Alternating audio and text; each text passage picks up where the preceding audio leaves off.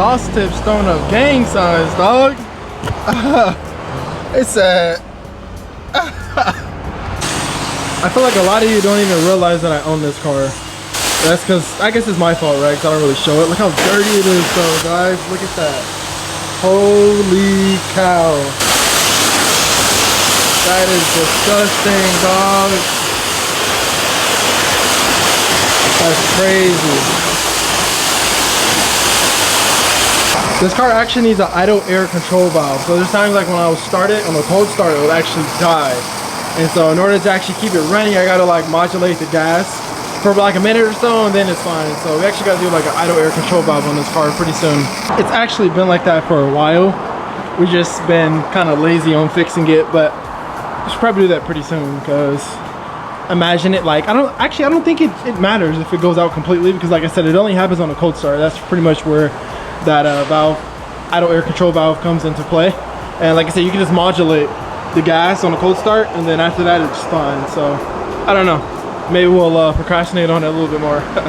What is up, guys? Welcome back to the channel. Welcome back to another video. So we have the daily driver all cleaned up. You guys saw how it looked in the beginning of the video, and now it is all clean. And again, I try to keep this car like this because it is white, and you guys know white paint stains pretty easily. So try to wash this car as much as I can. It's just a little harder when you're out here and you have to pay for each time you want to wash it, versus when you lived at home, everything was free. Just to start, just to turn on the water is $5. And by the time you're done, it's like $15, $20. So it definitely adds up. But I, again, try to wash this car as much as I can. Owning 3 cars is all fun and games until it's not. Imagine washing them each week. That's 20, 40, 60 just to wash the cars. And then you got to put gas in them. Gas is astronomically at the highest it's ever been, right? The Nismo is about $50 to fill up. This car is about, what, 90 bucks to fill up. 90 bucks to fill up. And then we're not driving the ST right now. It's still not up, you guys know. We're bringing it back real soon though, real soon. That car would be about $50 to fill up. So what is that? Do the math real quick. That's what, $190? And then insurance, freaking registration. It's a lot that goes into it, trust me. I'm definitely not complaining though. It is definitely a blessing, the fact that we're able to do it. And I guess I say all that to say is I can only imagine like these bigger influencers and content creators that have like 10, 15 plus cars. That's insane, dog. And that's me just explaining the price of like upkeep. Imagine the price when things actually break on multiple cars. Imagine having like 2-3 issues on each car, and you have like 10, 15 plus cars, dog. Definitely there's more that goes into it than people really think. And if obviously you have multiple cars, and you know what I'm talking about. I absolutely love this car though. It's the ultimate daily driver and just like the ultimate road trip car, right? We have Apple CarPlay, we have AC, leather. It's nice, spacious, and roomy. It's actually really comfortable. That's why I love this car so much. We have our tinted windows, so we have our privacy. And it's just nice to own a car where you're able to like be low key, right? You're able to hop in and really not worry about anything, right? Stock suspension. It's not like bouncy or it's not stiff. It's like just right. But I'm not gonna lie though, I have been tempted to stance this car out. This car would actually look really good if we like lowered it and put it on wheels. It would look really good. Not to mention, we do have a sunroof too. This car only has 119K on it. I bought it in January with only 106,000 on it. And since then we drove it, what, like a little over 10,000 miles in what, a matter of like 10 months or so, but no regrets. Like I said, this car is very comfortable. Obviously we don't film with it because, right, it's my daily driver. We don't mod this car. And like I said, it's just my low-key car. We stayed in La Mesa over the weekend, which is in SD, and apparently it like rained or whatever while I was down there. So of course we're gonna have to clean this car up before we head anywhere this weekend. But I don't know, this weekend should be a pretty cool turnout. I'm actually pretty excited. In other news, I think we mentioned it in the last video, we are going to be fixing this bumper today, big dogs, because look at that. Please explain to me. Now this, I'm gonna be honest with you guys, this front end right here is the worst part about owning a 370Z Nismo. I promise you. I promise you. Tell me, how does this happen? How does this break? This little tab right here, you guys see it's all one piece. How does this part break? How? Tell me how.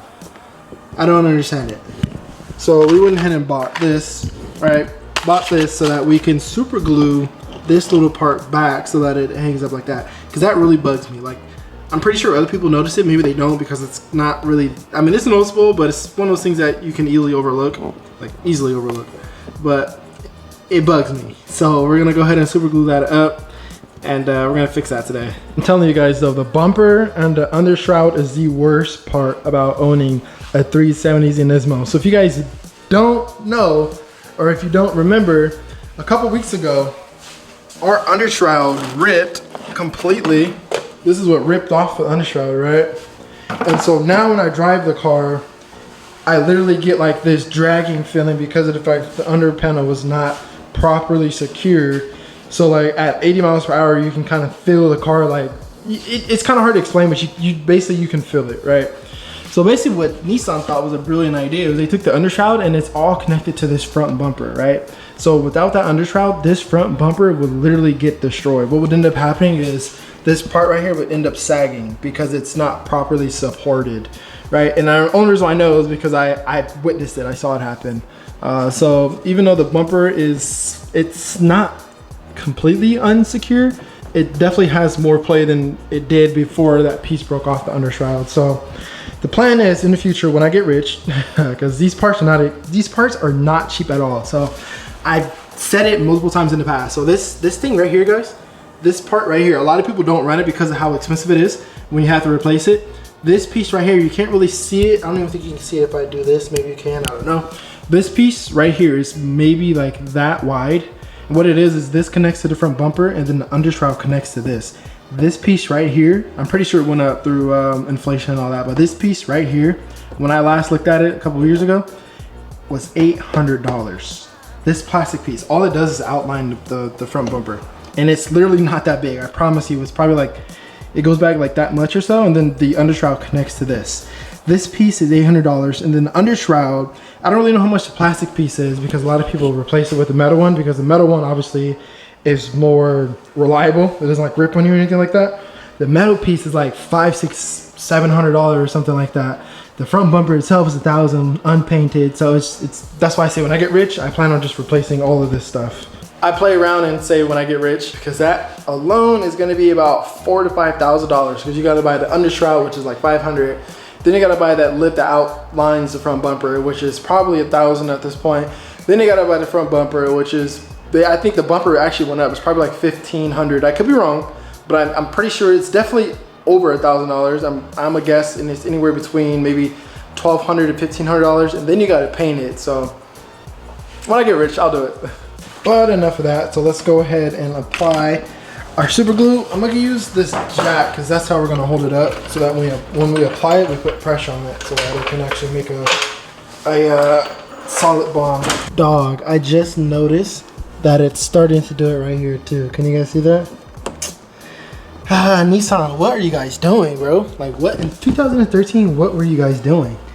Like, I'm not understanding. I'm gonna have to get like a whole new bumper. Either that or, I don't know. It looks like it's repairable, but I don't know. We'll see.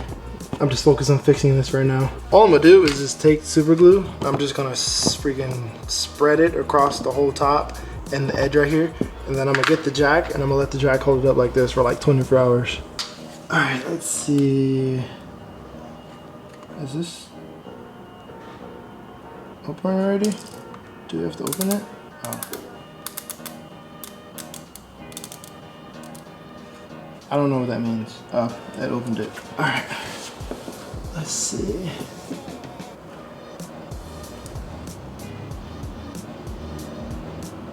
Don't want to overdo it. I don't want to just spread on it. I don't know if that's even touching, dog.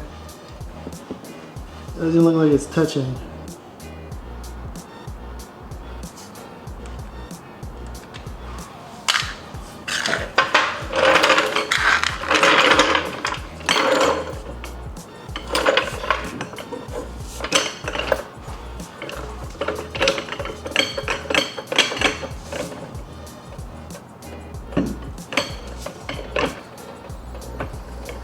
We're gonna leave the jack just like this. As you guys can see, it's putting pressure.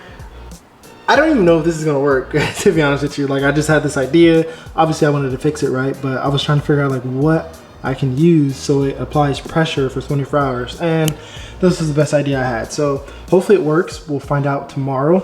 But there's another thing that I just remembered that we need to fix on this car. Is it open? No, it's not. Let me get the keys.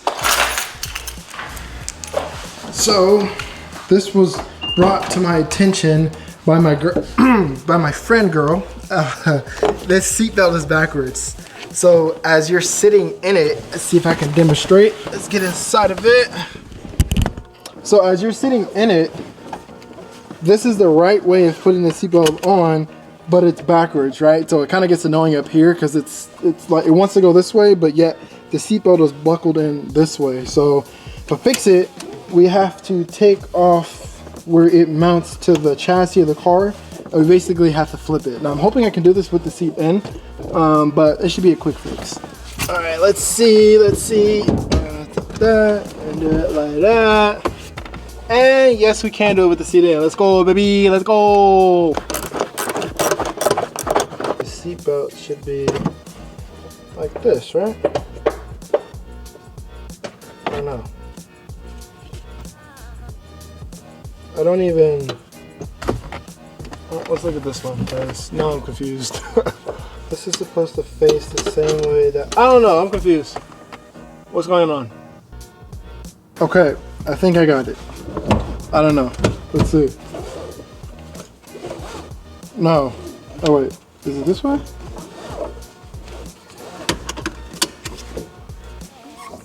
No. No, I didn't get it. Because this one just goes like that. Yeah, I'm confused. I don't know, dog. It's not making sense.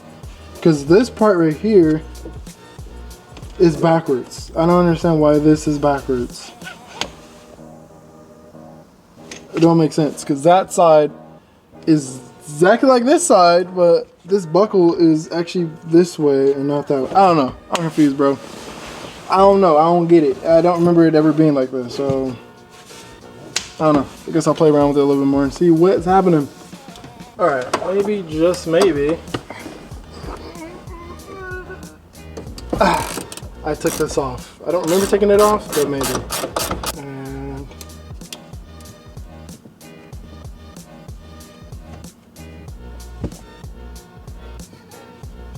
what the fudge, bro? All right, I'm lost. It is absolutely crazy what a quick Google search will actually get you / YouTube. Yo, I just watched something that I had no idea was even like a thing or even possible. Like, I saw some. Did you guys know you can flip this buckle around? What? I had no idea, but we're gonna try it, right? All right. So you guys see how our buckle is backwards, right? I don't know if it's backwards. It's this way when it's supposed to be this way. All right. So how we're gonna do this? We pull it. Apparently you pull, and then you fold it like this, right? And then you bring the buckle down until it catches, and then you just come all the way down with it. And did it fix it? Dog! No way! No freaking, bro. Tell me I'm not the only one that didn't know that. Please tell me I'm not the only one that didn't know that. Bro, my mind is absolutely blown right now. That is crazy, dog. What the fudge?